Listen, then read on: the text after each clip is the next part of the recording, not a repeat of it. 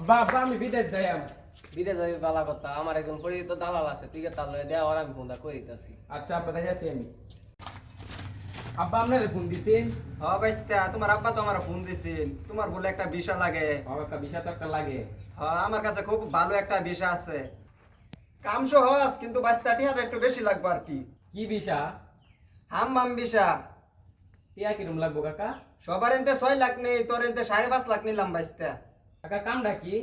সহজ কাম বাইস্তা, বয়ে বয়ে থাকবা, হাতো গ্লাভস লাগাইবা, বয়ে বয়ে থাকবা আর খালি মেশিনে কাজ কাম করবো, এইটুকুই কাজ।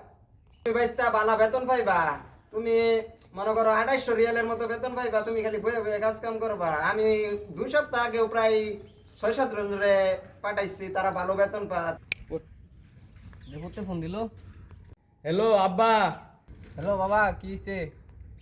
আমার তো হাম্মাম বিষা দিছে বাথরুম সাফ করার। এটার গন্ধে আমি থাকতারি না আব্বা। দালাল রে তাড়াতাড়ি যাও, দালাল মাদার সুতো আমার কি বিষা দিছে। আচ্ছা বাবা, আমি দালাল হালাল ধরতাছি, আমি এর বগুলো যাইতাছি। ওই দালাল, তুই আমার ভিতরে কি বিষয় দিছ? আমার বিষয়ের কথা কইয়া বাথরুম পরিষ্কারের বিষয় দিছস কে? তোর ফুতে তো বাথরুম পরিষ্কার করার বিষয় নিছে, আর ভিতরে এটা হাম্মাম বিষয়, তুই জানোস না?